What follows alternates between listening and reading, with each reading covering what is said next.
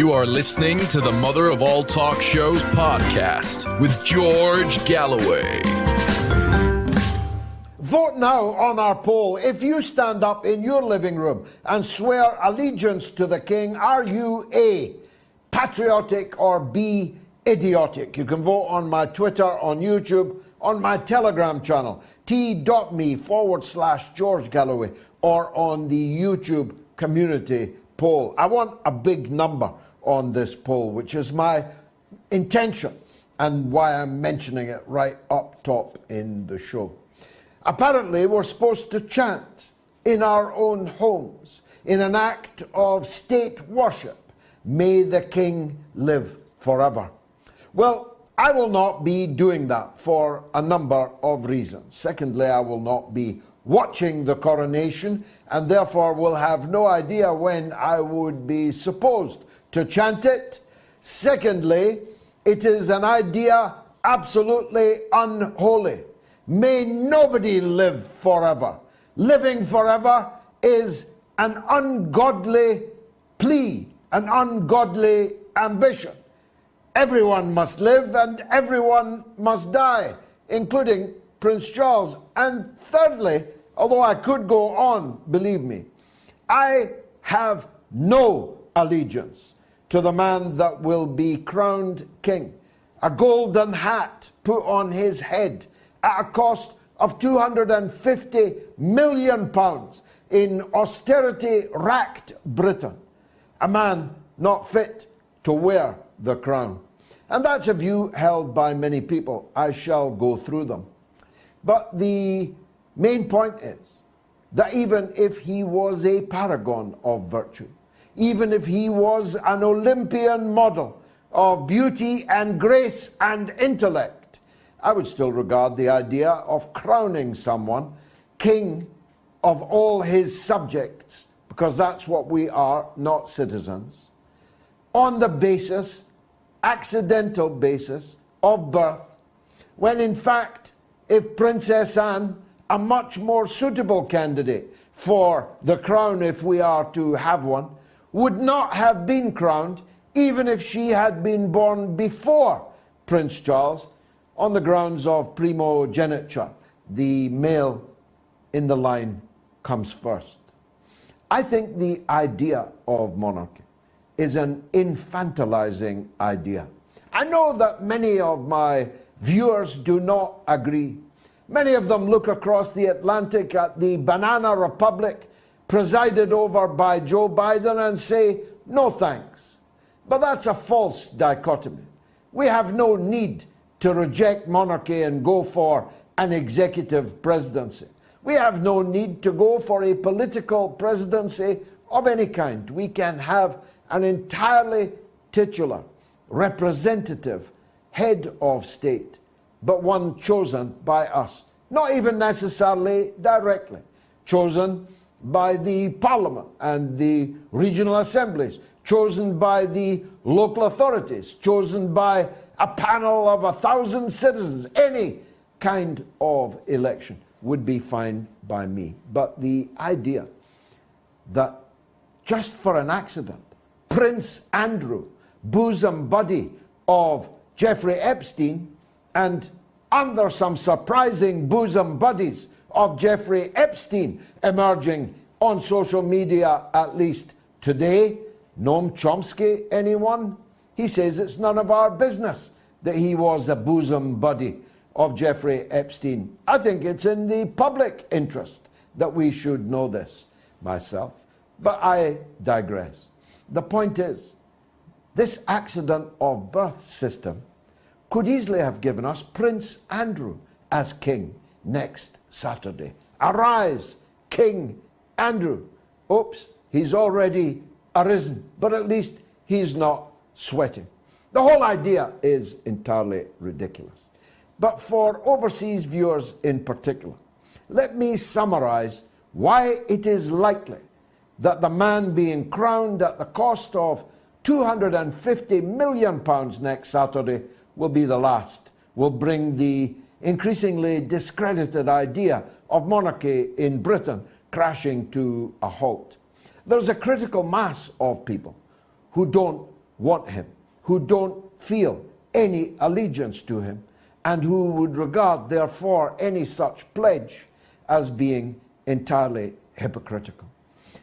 The smallest number would be people like me, who are against monarchy in principle.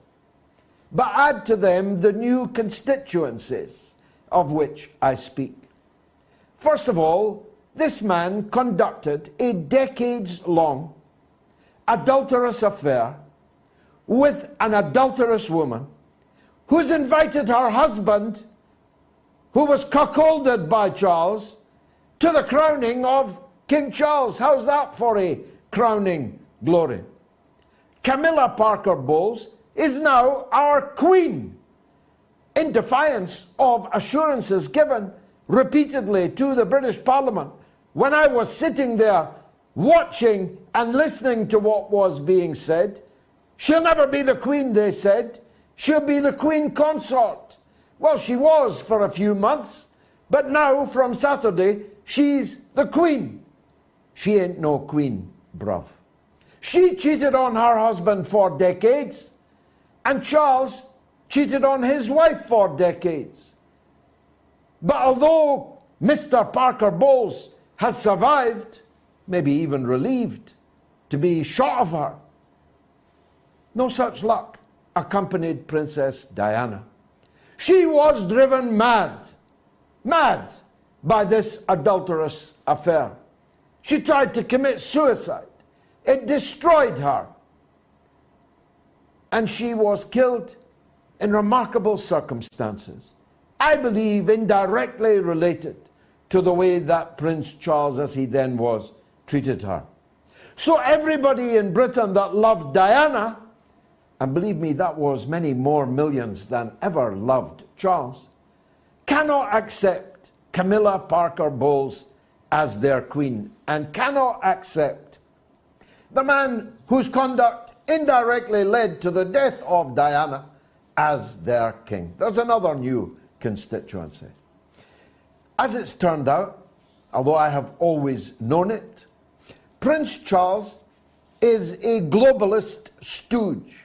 He is a man in thrall to the alphabet soup, WEF, WHO, UNO, any fad, any new thing, he fastens onto it with an extraordinary gusto, even when there is no basis for it, and even when his now subjects are increasingly opposed to it. His statement, for example, in the German Bundestag just a couple of weeks ago, made it clear he was wholly opposed to Britain leaving another of his favourite acronyms, the EU. But it's not his business to be for or against Britain leaving the EU. That was our business, and we decided it. And for the man who's supposed to be our king to go abroad and disrespect the will of the British people, worst of all in Berlin, in the Bundestag, was an affront. His kissing and cuddling, cavorting, rubbing cheeks with Klaus Schwab, with the Greta Thunbergs, with the faddists of the climate change issue, the faddists of gender change, the faddists of LGBTQ++, is anathema to millions of Charles's subjects who would once have been the loyal monarchists that they were during the reign of his mother, Queen Elizabeth. A woman just wrote on my social media, I was a royalist, and then the Queen died, and that was that. And I think that that feeling is abroad, widespread in Britain. And I'll get a better idea of that when I see what you are voting on what is turning out to be a bumper poll on all the platforms that I have mentioned. I'm dedicating this show to the two great events that occurred on this day, and not coincidentally. The greatest and most important of them took place in Berlin on this day in 1945, the banner of victory was hoisted over the rubble of the German capital of Berlin, which was intended to be the center of a 1,000-year Reich, in which all Jews would have been annihilated, in which all Slavs would have been annihilated, all gay people, all disabled people, all people with mental illness, all Jehovah's Witnesses, all adherents of any ideology or religion that challenged the idea of Hitler fascism and his allies, Mussolini in Italy and Tojo in Japan, who brought about the deaths of 100 million people almost in the course of their rule. A rule which was intended to last, as I say, for 1,000 years. What could be more of a debt which any country, any people could owe than the debt we owe to the men that raised that banner over the Reichstag and the army from which they came, which at the cost of unbelievable sacrifice, 26 million Soviet citizens died, predominantly Russians, but all the former republics of the Soviet Union made up a Red Army, made up a civilian defense force, made up a force of partisans, made up a workforce whose military industrial production made possible the victory of the Red Army on this day in 1945. How much more could you owe somebody than to have defeated the genocidal maniacs who might otherwise still be ruling your country and mine, who might otherwise have still us under their jackboot, might still be operating their gas chambers and their concentration camps. What more could any country owe than a debt of gratitude to the people that liberated us? There was an old man, almost 100 years old, in Poland last week, in front of the Polish Prime Minister and other grandees of the Polish state, listening to them talking about the victory of the Allies, the liberation of the camps, without ever mentioning the Russian army, the Red Army.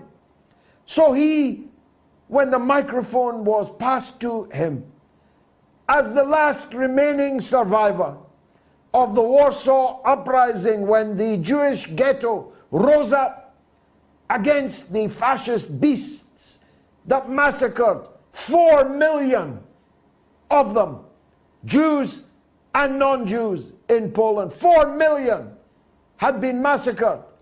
And he made two very important points that you will never see on any syllabus or ever hear on any so-called mainstream media. He said, we were massacred by Poles, by Ukrainians, as well as Germans. And secondly, he said, I don't know what history books you've been reading. I was liberated by the Soviet Red Army and nobody else. Can you imagine how well that went down amongst the Polish grandees who seek to rewrite history, who seek to forgive the mass murderers and give them weapons and take money from them? Weapons to the Ukrainians, money from the Germans, thank you very much. Who seek to forgive the perpetrators of the Holocaust in the East and West, and demonize the very people whose victory meant their liberation, whose efforts liberated those camps and those remaining Jews and others who were dying, starving, and at risk of annihilation within them. I could talk all night on these matters, as you know, but I will quickly move on to this. Also on this day, the Vietnamese people smashed down the gates of the American embassy in what was then called Saigon, now Ho Chi Minh City.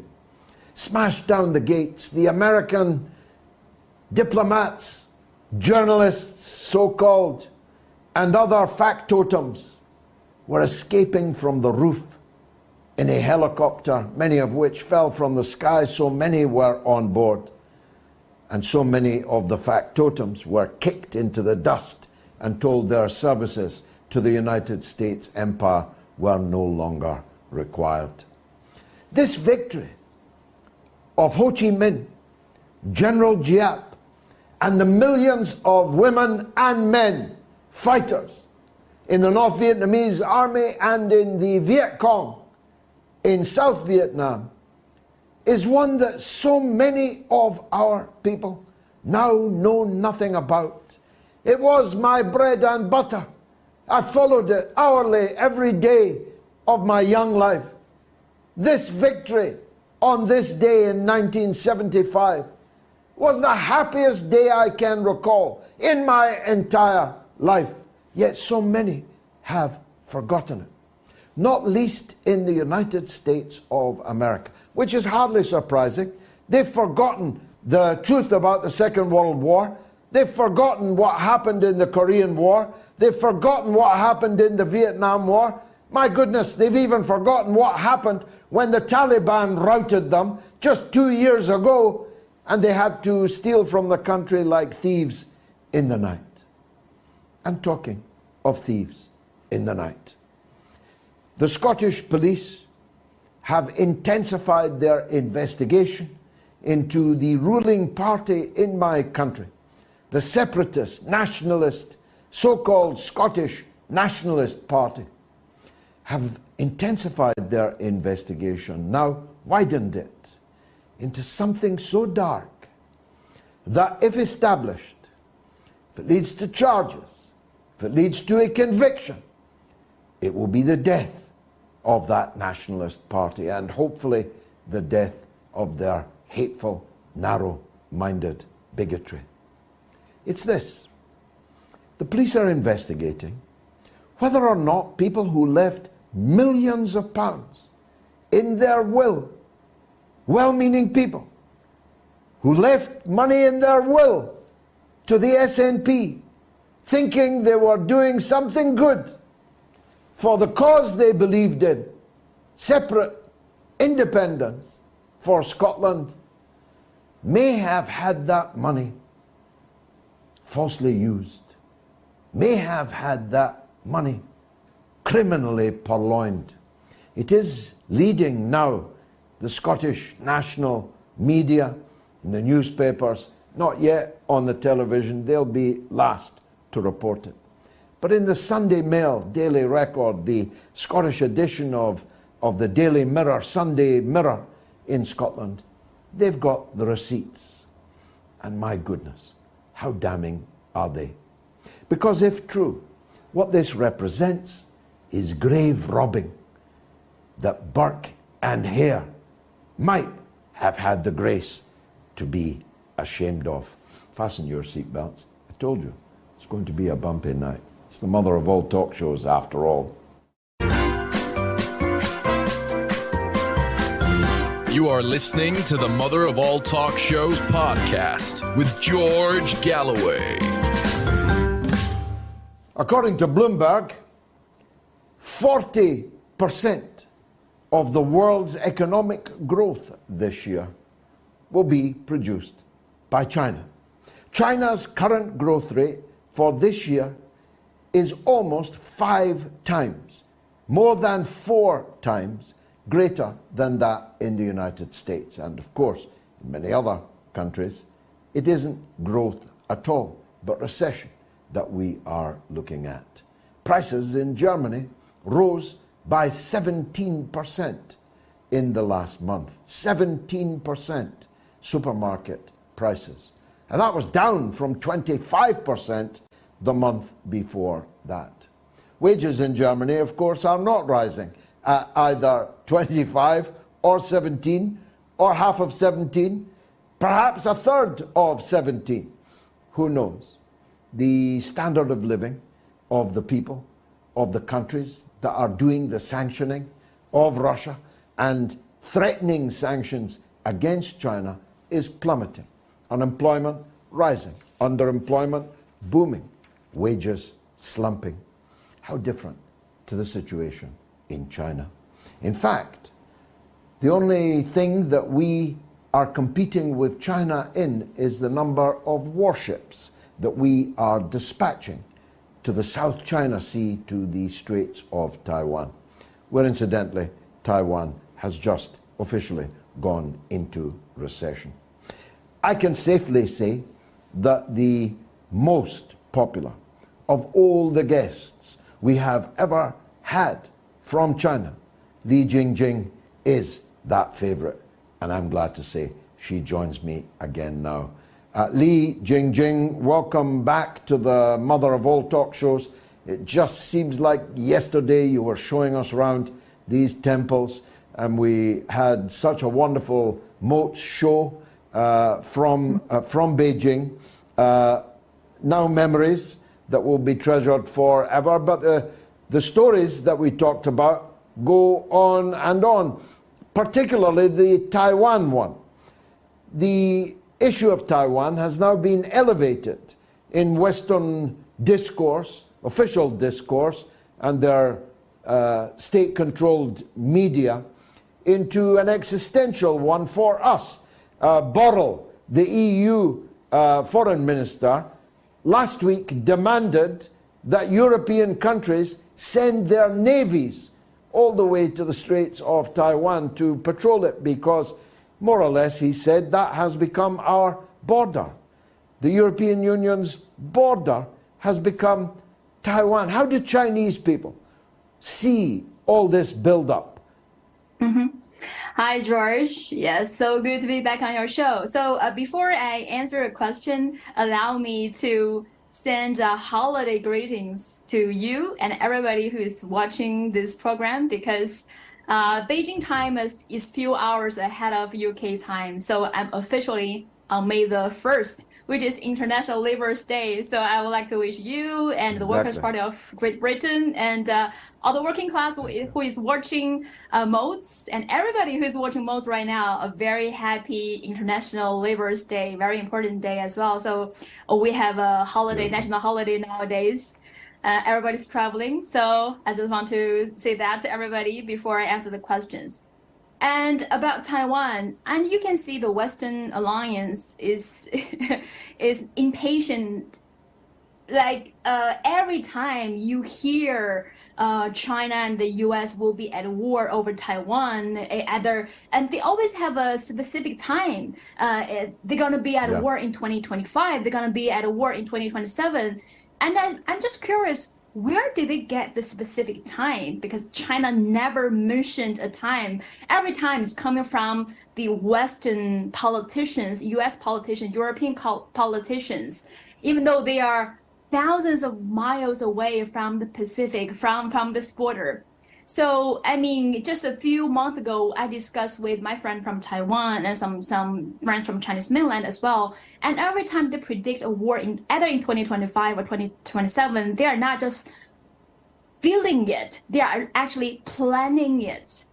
So it's very hilarious, because the Western media, through which some politicians twisted the facts, because if you only read Western media, you will feel it's the Chinese mainland that bullied Taiwan. Hence, the Europe and the United States feels so righteous to send warships to defend Taiwan, which they call democracy, which is hilarious, because it's I think a few months ago, I remember this reports on CNN. A CNN reporter sit on a U.S. fighter jet flying over South China Sea, and of course, South China Sea, which is 8,300 miles away from U.S. borders. And the reporter sits on the U.S. fighter jet over South China Sea and saying, "See, the Chinese fighter is intercepting our plane. How aggressive Chinese fighters are!"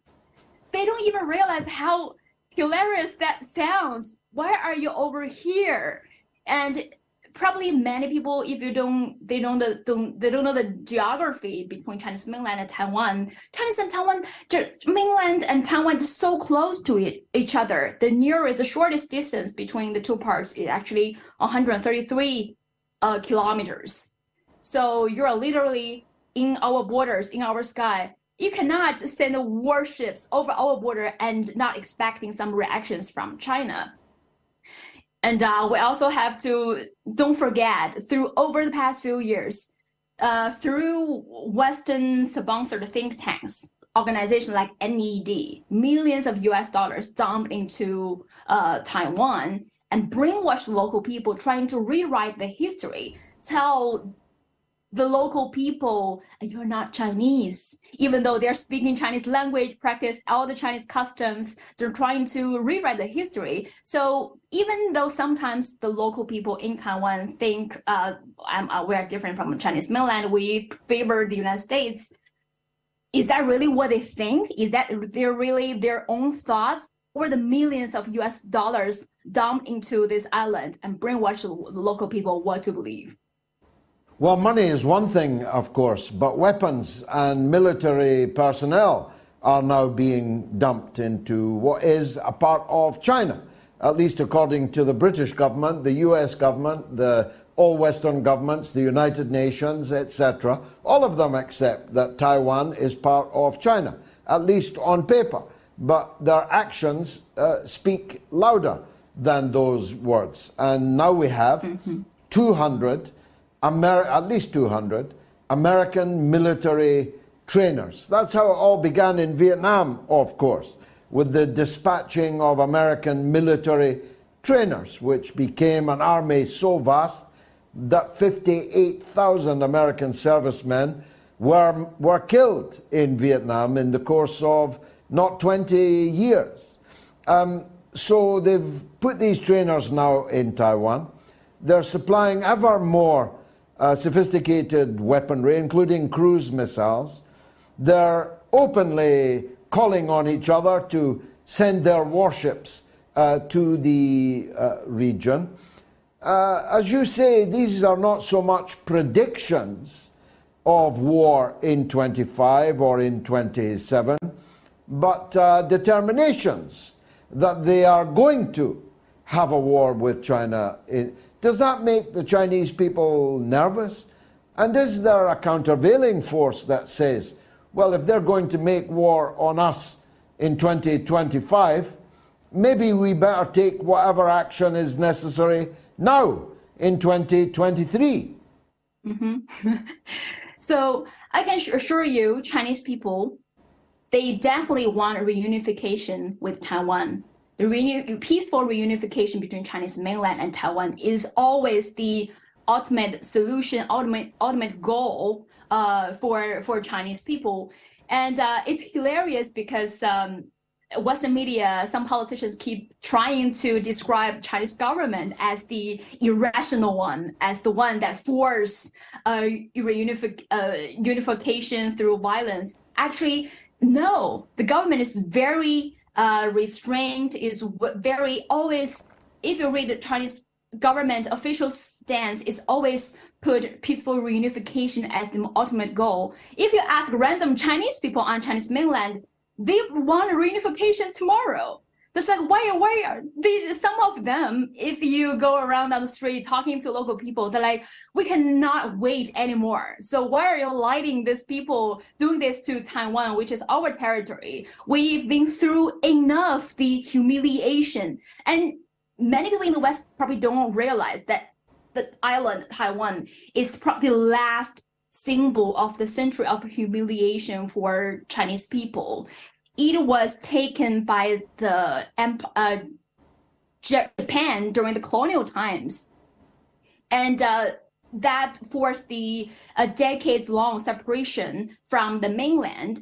And also very interesting, like some Western politicians, when they try to rewrite histories, during the Japanese colonial rule, when they tried to cede the territory from China, in their Japanese documents, it recognized Taiwan is part of China. So it was during the Sino-Japanese War, during the 1894 to 1894, because of Qing Dynasty, which was China back then, lost to Japan. So they signed this treaty, the treaty called Shimonoseki, that gave some territory of China to Japan, include some islands in Liaoning province and also the Taiwan island. Just a little history backgrounds to those who don't know. That was the first period that Taiwan was forced to separate from Chinese mainland. And of course,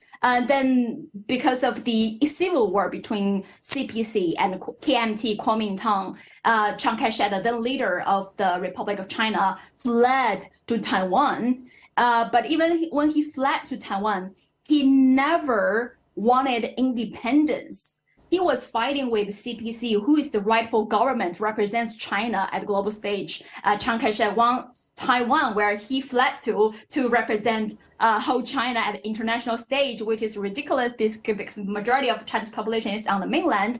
But even for him, even during the Civil War, he never wanted independence. And then there were some people, the opportunists in Taiwan, and using the opportunities of the internal conflicts between different groups, and then the outsiders like Western forces try to use these internal conflicts, trying to sponsor them and try to change the history. So it is very important for China, because of this complicated history, this forced separation between Chinese mainland and Taiwan. The reunification with Taiwan is very important for Chinese people. No Chinese people will allow its territory being taken by colonial powers, by empires again. So this is like, we definitely will see a peaceful reunification. And the aggression by United States or Europe will only make it faster. Taiwan, as I said earlier, has now moved officially into recession, whilst the Chinese economy is booming. I saw with my own eyes. As you know, it was 25 years since I had last been in Beijing. 25 years on, it was literally jaw-dropping, the pace and the scale of Chinese development. That must be something that Taiwan people have in their mind, that the West is able to send warships, but their economy is now being damaged by anti-China policies on the chip industry, for example. Anti-China policies are costing both South Korea and Taiwan opportunities for economic growth. They are damaging the material interests of the people of Taiwan. That must be a factor in Taiwan people's minds, I would have thought. And they have an election coming up, don't they? Yeah, exactly. So we will see what's going to happen during that election. And I think the nominees right now, the DPP proposing is also a separatist. And I think, let's see, because I think many people, because of the, as my friend who is from Taiwan, Zhong Xiangyu mentioned, like, because many media in Taiwan is just kind of like Chinese translation of Western media. So they don't really portray Chinese mainland or many things on the global stage as fair as we saw. So many who, even if they didn't have the chance to grow up or study or live in the United States or in Europe, all those countries, they still live in this bubble that United States represents the best democracy in the world.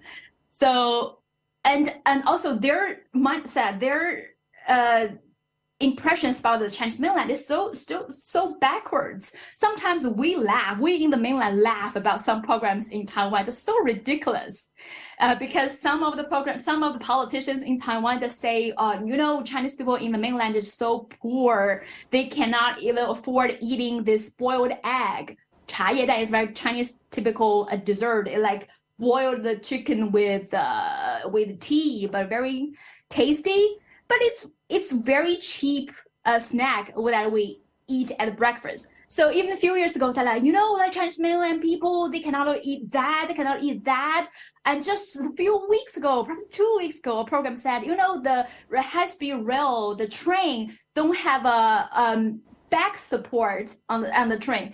So I mean, all these ridiculous claims, claims. Like, what have you tried the high-speed rail in Chinese mainland? It's so fast. So some of them are trapped in their bubble with their same narratives, talking to themselves, echo chamber. So they're still in the illusion that United States as the big democracy, freest country in the world, and Chinese mainland is still so backward, probably like 40 years ago. So that I think that also makes some people still have this red scare towards the CPC and towards the mainland. So how to fix that, I really don't know, because it's a very complex issues. I just want to mention one thing, since you mentioned, I remember you mentioned the Europe and the United States sending all the warships, all the military forces, arms sales to Taiwan. In March, during a press conference with our foreign minister, Gang, and he said something I think really makes sense, because the US-led West always say, you should respect the sovereignty and territorial integrity of Ukraine. But they constantly violate the sovereignty and territorial integrity of China, because if your country has a diplomatic relations with China, that means your government recognizes there's only one China, and Beijing represents the only China government. And they said Taiwan is part of China. Google, go to your government's website. It says that United Nations also recognize that. So they violate China's sovereignty.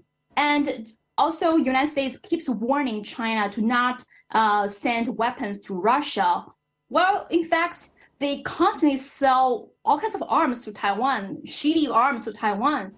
So they're so double standards, hypocritical, asking other people to do that, while in reality they are doing the other. So their international rule-based order is just some rule to restrict others. And they don't follow those rules at all.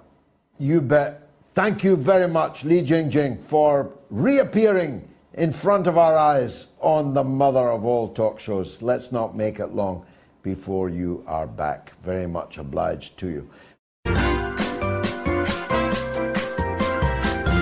You are listening to the Mother of All Talk Shows podcast with George Galloway. Joe Biden is plumbing new depths of derangement in the course of his re-election campaign. In fact, he's not quite sure whether he's fighting for the re-election of Joe Biden or the re-election of Donald Trump. You think I'm making that up? Watch this. Because we cannot get re-elected. We cannot win this re-election. Excuse me, we can only re-elect Donald Trump. Because we cannot get re-elected. We cannot win this re-election. Excuse me, we can only re-elect Donald Trump. I mean, the audience literally laughing in his face, as were these hypocrites of the so-called press corps over the last couple of days. Joe Biden said that truth matters and that journalism is not a crime. And all of these supine, slavering hacks applauded him, showered him with adulation. None of them stood up and said, "You are trying to extradite the greatest journalist of them all. Mr. Julian Assange is in a torture hell in London as a result of your extradition attempt. And if he does come and face a hanging judge and a kangaroo court in Virginia, he'll go down for 175 years. What do you mean journalism is not a crime? What do you mean truth matters?" Although truthfully, Joe Biden probably has no recollection of any of it and probably didn't write any of it. And when he's required to say something that somebody else wrote, you saw the result there on the screen.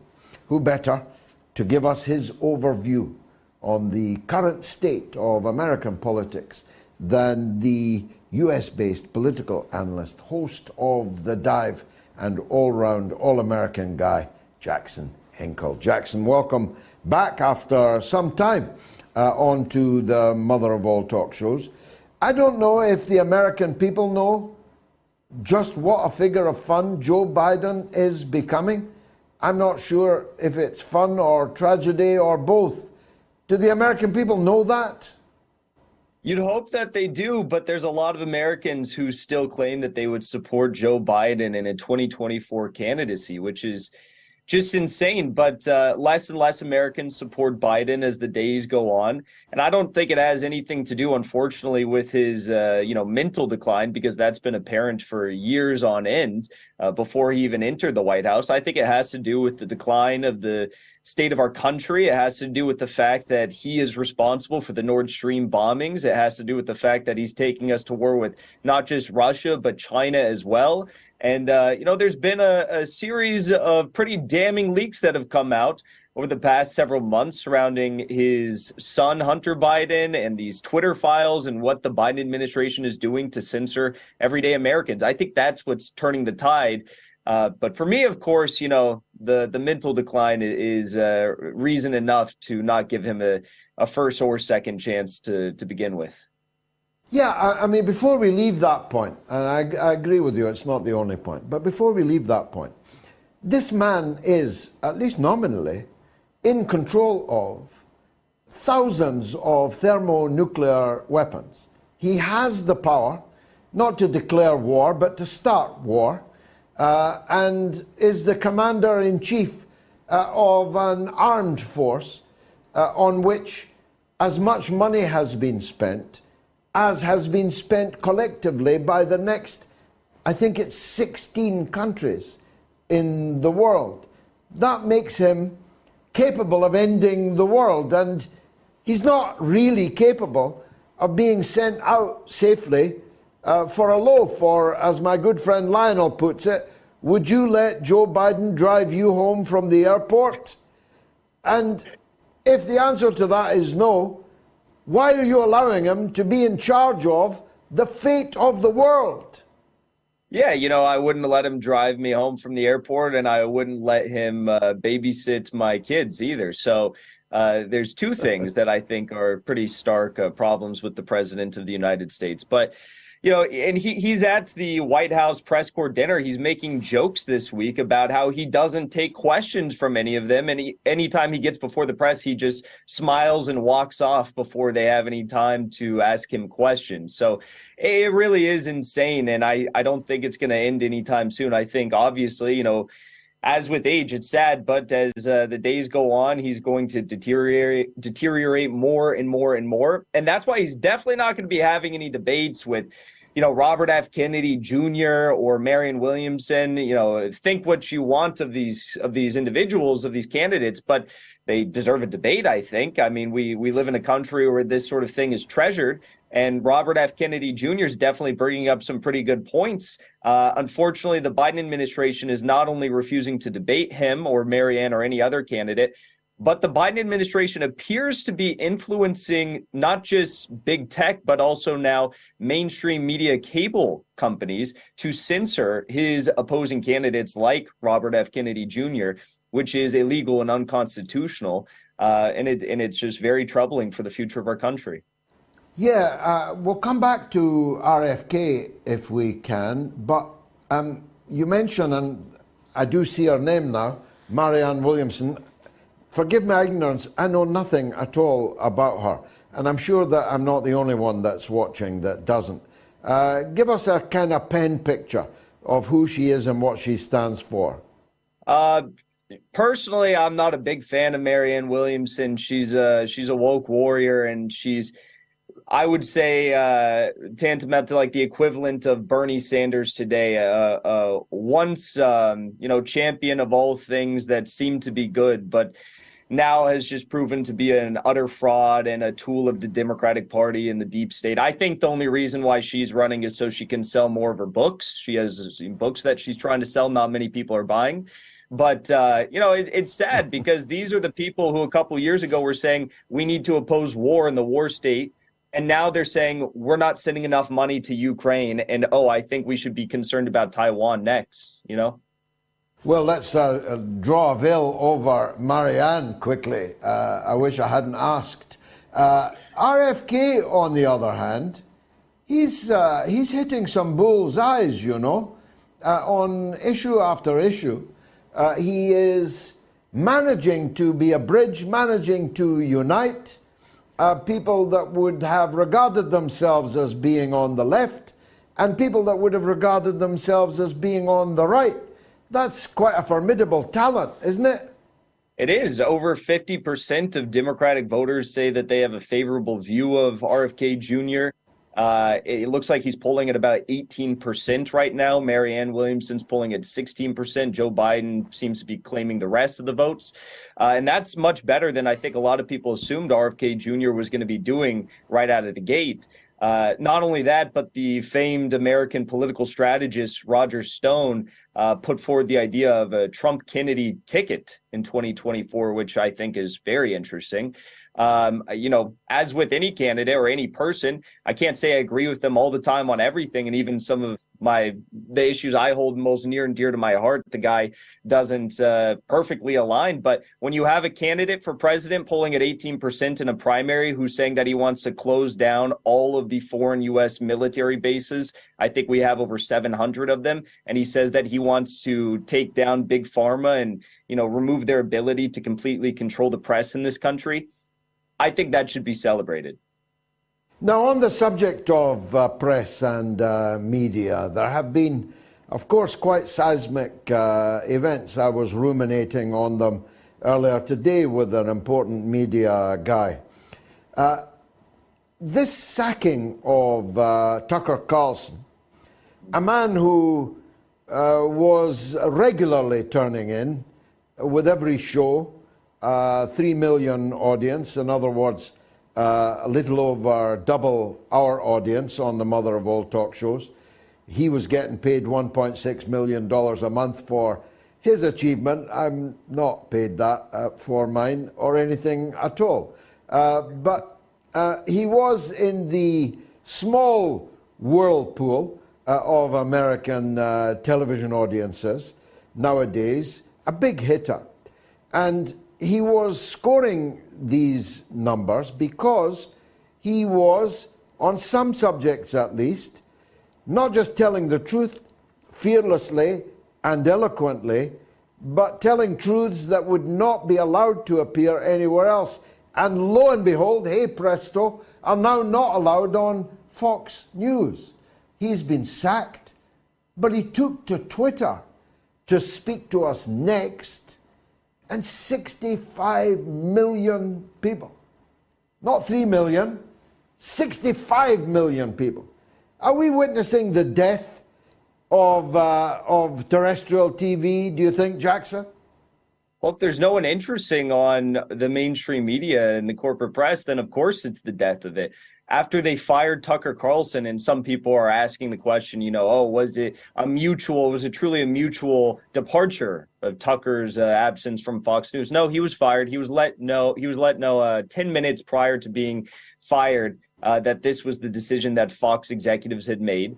And I guess they're still negotiating his exit package, but he was fired, and this is the end of the end. Fox News's prime time viewership sunk below MSNBC's viewership last night for the first time in I don't know how long, definitely before Tucker Carlson was there. This is a clear indication that Tucker was a popular voice. It's not that anyone trusts the mainstream media, and without him, it's null and void. Yeah, it feels that way to me. Let me make the now compulsory caveat that there are many, many things I entirely disagree with Tucker Carlson about, but some important things on which I agree with him. But none of that is relevant. What is relevant is that we have access to lots of different voices, lots of different points of view. Isn't that what American capitalism was supposed to be about? Let the customer pick from a free choice the voices, the programs, the points of view that they like. Isn't that what free enterprise was supposed to be about? It was, freedom in the marketplace. That's why we've got to censor any dissidents and sanction any countries that we don't like, right?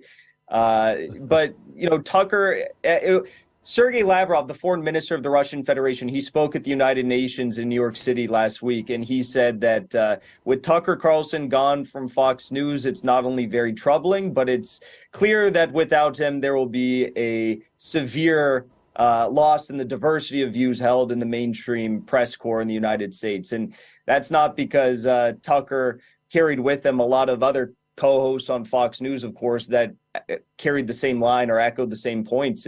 He was the only one. He was the only one who spoke out about the wars in Ukraine, China, even a little bit towards the end of his time there, Syria, Venezuela, coup attempts, stopping Trump's warmongering against Iran and Syria and Afghanistan. I mean, the guy challenged both party orthodoxies. And yeah, there's things that I disagree with him on as well, of course. But when you talk about the issues that matter most, Julian Assange and the permanent war state and censorship in this country, I think he was right on the money. Yeah, definitely. And it's not that the people who thought that are going to shrug and say, well, I'll watch some no-mark that's now in his chair, because 2/3 of the audience disappeared after Carlson was sacked. So the people who liked hearing Tucker Carlson are going to want to continue hearing him. They'll migrate to wherever else he goes, and it won't be MSNBC, I hazard a guess. It will not be CNN. It will be presumably to what are now the outer limits, but which are perhaps rapidly becoming the new mainstream. I think we're living in quite revolutionary times in terms of media, don't you? It's all changing. For the first time, this public square, if you will, is being reinvented as to where we can air out our opinions freely. And I think in this coming presidential election, you're going to see that more and more with the censorship of Democrats like Bobby K. Jr. and probably Republicans like Trump. I think we're going to see more and more voices probably trying to get their message across on platforms like Twitter or like Rumble. But they still have their problems, and hopefully they'll be fixed. I mean, I still think that you are suppressed in the algorithm. And for a while, Elon kept your Russian state-affiliated media tag up, which was just insane. So they still have their problems. They're not perfect, but it's much better than what we had just a few years ago, where any and all major platforms were completely controlled by big tech, and there was no alternatives. I was just ruminating for a second there, Jackson, about that dream team that you floated in front of our eyes, en passant. Donald Trump and Bobby Kennedy Jr. in double harness would be unstoppable in the presidential election. Don't you think? I mean, I've never thought of that one before. It seems so too incongruous. But actually, there are many things on which they agree. And if they could get an agreed manifesto, program for government, and so on, that could be an unstoppable ticket. I think it would be unstoppable. I think Trump is already pretty unstoppable. But I think adding Kennedy, a Democrat, lifelong Democrat, to the mix, someone who comes from a family of American royalty, I think that would be entirely unstoppable. My only question about it is, when you get into those very powerful families in any country, sometimes they have their disagreements and, personal spats that go back decades. And I don't know. I definitely seems like the Trump family is not that close with the Kennedy family or the Cuomo family, which are connected now.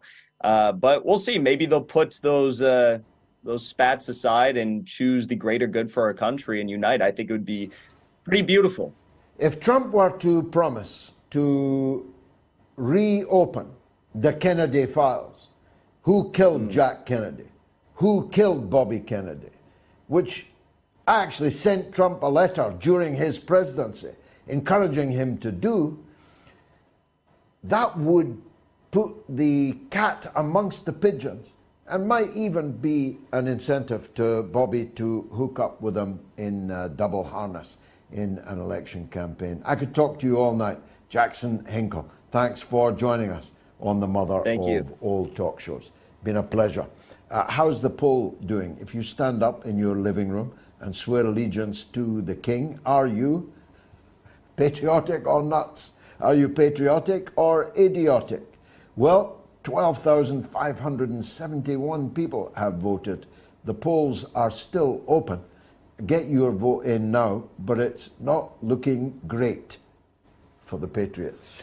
I'll be right back after this quick break. You are listening to the Mother of All Talk Shows podcast with George Galloway. A most sincere thanks to all my Patreon supporters. New legend status has been awarded to David Lane. David, I'm deeply grateful to you. And you are now officially a legend. As is Graham Briggs White, also now a Moats legend. Graham says, I've taken what you said on board and upped my donation. We cannot lose you, as it is all that gives me hope, along with a handful of others. Keep it up, George. As long as God gives me breath, Graham, thank you. Andy says that actually this is a false dichotomy. Are you patriotic or idiotic? Can't you be a patriotic idiot? And J. Kent Cassidy says, a totally propagandized citizen of the hegemonic empire. And Martin Brooks says, I quite like the system where the head of state is chosen by accident or birth. Think of all the godforsaken people we might have had if it were left to a public vote. Well, that might or might not have been true when the late Queen Elizabeth was alive. It sure ain't true now. Let's go back to the lines. Trevor in Cambridge is on the line. Let's hear from him. Go ahead, Trevor. Good evening, George. A pleasure to speak to you again.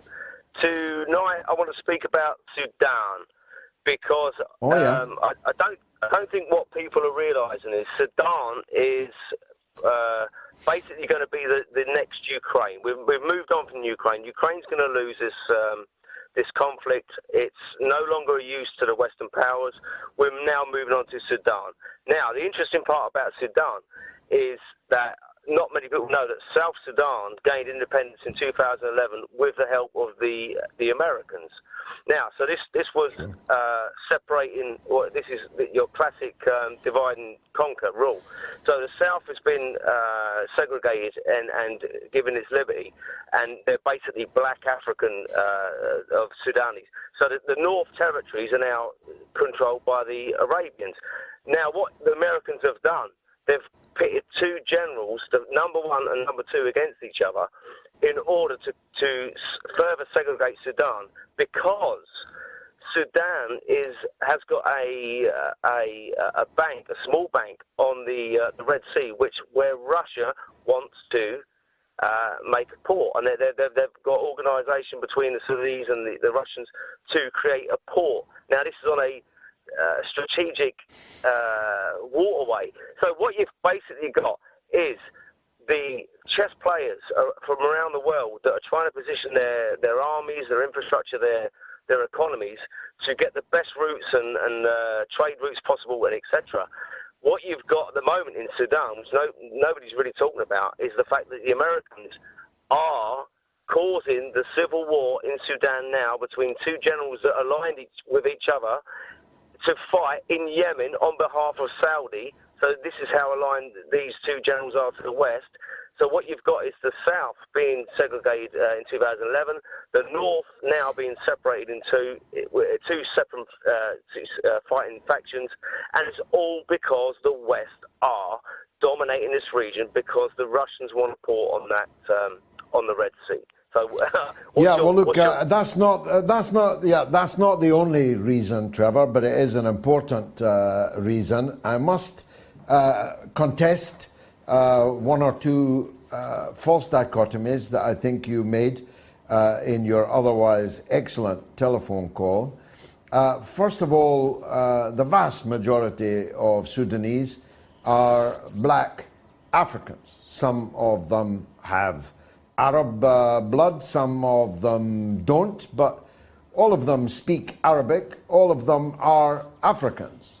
It is wrong to fall into the trap of saying that the north of what was once a united Sudan are Arabs and the south are Africans. Most are Arabs, at least if you speak Arabic, you are an Arab. That is what being an Arab is. An Arab is anyone who is an Arabic speaker. It's not anything else. It's not blood or genetics. An Arab is a person whose native tongue, whose mother language is Arabic. And that is all of the people in today's Sudan, some of whom are blacker than others, but almost all of whom are black Africans. So we shouldn't fall into that trap, because that was the trap that was sprung not just to divide Sudan north and south, but east and west. The once Hollywood celebrity cause celebras of Darfur and other conflicts in the west of Sudan were equally falsely posed as conflicts between Africans and Arabs. Israel is busy in Sudan. The United States, as you quite correctly described, is extremely busy.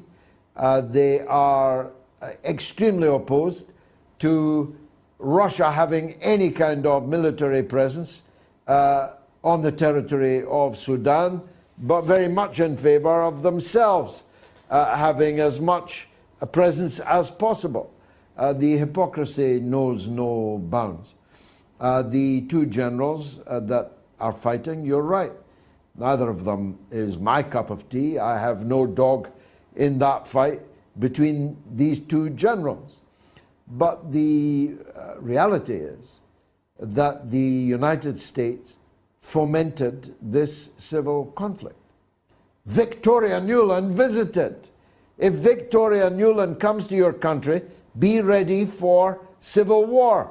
And she did visit, and lo and behold, civil war was the result. I'd only add one point that you did not make. Where's all the Sudan flags on social media? Where are all the special channels at the airports and ports for Sudanese refugees? Are we going to open our hearts and our treasuries to the poor people of Sudan, now spilling out of the country in their hundreds of thousands, soon to be millions, fleeing a civil war? Are they? Are we? You bet we are not. Simon is on the line from Ferrum and wants to talk about the coronation. Go ahead, Simon. Hi, George. Nice to talk to you. I have the greatest respect for you and your show. Listening to it every time religiously. Brilliant. Just one thing I wanted to say, and it was basically, you have to cast your mind back a little bit to when Prince Charles invited President Zelensky into his home. I don't really remember it. It wasn't so long ago. I don't know. I've obliterated that from my mind. I have so many things I'm against Prince Charles for. I probably blotted that out inadvertently. Go on. Yeah, well, basically, he came to the country. He shook their hands with Rishi Sunak, and then he then went to do the same with Prince Charles. And it was at that moment it dawned on me, and I thought, how can I have respect for my king when I know that he is shaking the hands with a man that has NAZ eyes, should I say? Yeah. Regiment. Well, and this is a guy that. I mean, Simon, he has accompanied and befriended some of the worst scoundrels on the earth. I mean, I don't want to go through all of them, but I mean, this is a man who spent Christmas, who spent holidays with Jimmy Savile, a man guilty of the most heinous crimes. And he did so of his own volition, at his own invitation. So never mind Zelensky, Savile, and many, many others are the rum crew with which King Charles, as we must now apparently call him, has run. Last word to you, Simon. Well, yeah, I didn't realise all of those things, but as I said, from Zelensky, who I'd watched videos of him playing the piano with you-know-what, I think that maybe he may have washed his hands after he shook hands with President Zelensky. Well, I don't know. Charles's hands have been in some rum places, I must tell you. Simon, thank you very much indeed. Terry is in Rainford in Essex. Go ahead, Tel. Hi, George. It's Rainford near Liverpool, actually, Merseyside. I beg your pardon. Go ahead. Sorry. No, it's okay. A couple of quick things about King Charles. I won't be standing up saying anything. I won't even be watching it. But with regards to Camilla, I agree with what you were saying in your monologue. He gradually sort of done the narrative that, you know, she was Queen Consort, and then so on and so on. And what a lot of people don't realise, she's going to be crowned Queen at the same time Charles is going to be crowned. And another thing that you may know is that they've changed the crown for the Queen because they don't want the Kohinoor diamond to be in it, which is disputed by India as being stolen, and they want it back. So they've got although India stole it from Iran. Yes. India stole it from Iran in the first place, and presumably it was all stolen from Africa. I didn't know that bit, but it's stolen property, that's for sure.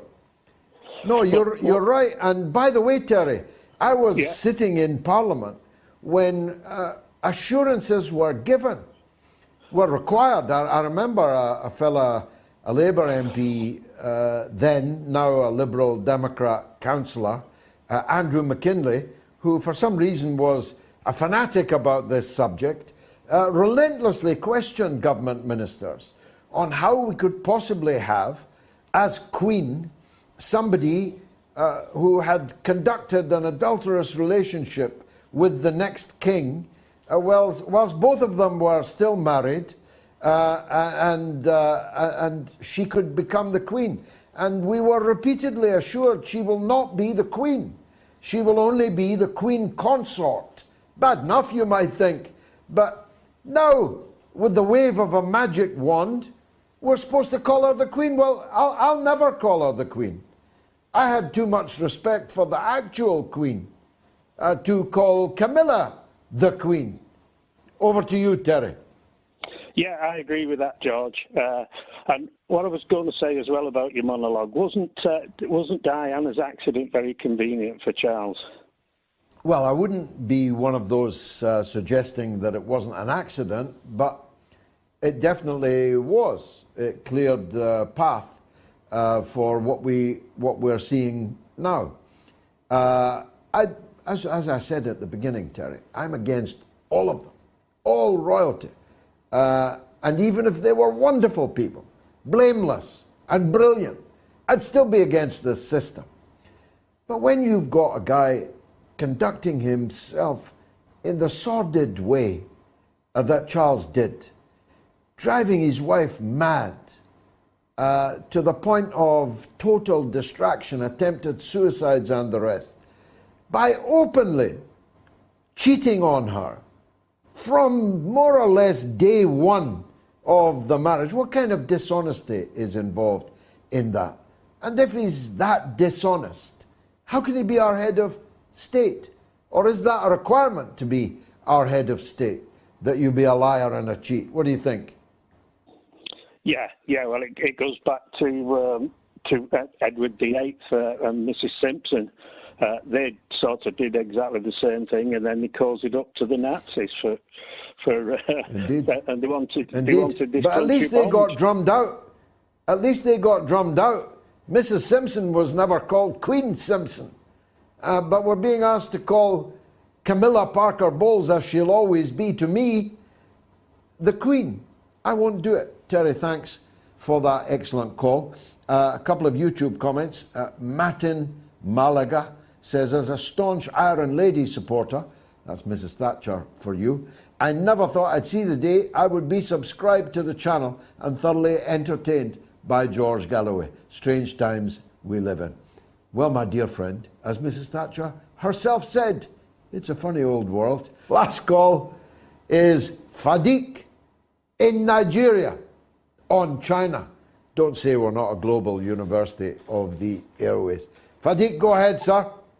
Yeah, I really can't explain how I feel talking to you now. I've been a long time listener, but the first time caller, you've been a really, really, really big part of my education, and I just want to thank you very, very much to what you do to people around the world, showing them the true nature of things that we don't see in the mainstream media. You're just a blessing to the world, Mr. Galloway. Thank you very much. God bless you. Thank you for your extraordinary remarks. Thank you. Go ahead. Yeah, I want to talk about China and the United States. I've noticed that there are not much callers from Africa. Yeah, so there's this kind of perception that maybe Africa are ignorant to what's going on in the geopolitical arena in the world. But I want to assure listeners around the globe that that's not entirely true. You know, we are very much conscious of what's going on in the world. We know who the good and who the bad guys are. So don't get fooled by our leaders. No, you don't get fooled by our leaders because they are looking out for their pockets. They are looking out for their power. They go with the United States, you know, in terms of UN resolutions and all that. Is because they are afraid of unilateral sanctions, which I think are illegal, by the way, because I don't think there's any legal basis that said one nation can just decide who you cannot trade with this. No, you cannot trade with this. We don't agree with that at all. So don't be fooled by our leaders. They're just scared of sanctions. They want their power. They know that the United States can make their regime hell for them. And as you regularly say, we cannot do anything about the United States, but we can do something about them. You know, we can vote them out. We can go to the street and vote them and force them out. So that's why they go there with the United States. But that's not the general perception of the African people. It's just their lust for power and their lust for fortune. It's just corruption, basically. So, but majority of ordinary Africans are done with the. Yeah, Fadiq, I couldn't have asked for a better final call than that. It was extraordinarily powerful, entirely unexpected, extremely moving for me personally, your earlier remarks, and I thank you very sincerely for them. It's true that we have to grow further in Africa. There are a lot of English-speaking people in Africa, either because of the colonial relationship or through education in English and so on. And it's one of my ambitions as we are going to have a Moats German, as we are going to have a Moats American, that one day we have Moats Africa. It's one of my ambitions. If I don't realize it myself, I pray to God that my children realize it in time. But it is absolutely the case that the peoples of Africa are not only globally conscious, but they have had to be from a history of enslavement, division, colonization, ruthless exploitation, armed struggle for the expulsion of the colonizer, suffering decades of dictatorship whose purpose was to continue colonization by another name in return for being allowed to be the dictator. The interests of the former colonial powers would not be interfered with fundamentally. As I think you've heard me say before, the par example of that is the murder by Britain, Belgium, and the United States of the greatest of all African leaders, Patrice Lumumba. If Lumumba, a young man, the first Prime Minister of Congo, had been allowed to live instead of being murdered, dismembered, and dissolved in acid, his body parts sent to the colonial power Belgium and returned, the final part of them returned only last year, then Lumumba could have been a beacon of hope in Africa, as so many others could have been. The overthrow of Kwame Nkrumah, the tremendous social and political forces that the liberation leaders did and could have gone on to continue to mobilize to truly free the continent of Africa was all stopped dead in its tracks by imperialism and dictatorship. But that is changing now. The African people, conscious of all of that I have just described, know the good guys, as you put it, and know the bad guys. The people of Sudan know the good guys and they know the bad guys. They know who is doing what to whom for whom. And Africa, like the rest of the world in which so many changes are now underway, will be free one day, will be united one day, will be prosperous one day. On that, I'm certain. Thank you very much for watching. I apologize for overshooting my time by all of 3 minutes, but that last caller reached me and made me say what I had to say. But I'll be back on Wednesday at the slightly later time of 9 p.m. UK time. Please note the time difference. 9 p.m. on Wednesday for the midweek mother of all talk shows. I hope you'll be there, and I hope you'll bring another viewer with you. Until then, good night and good luck.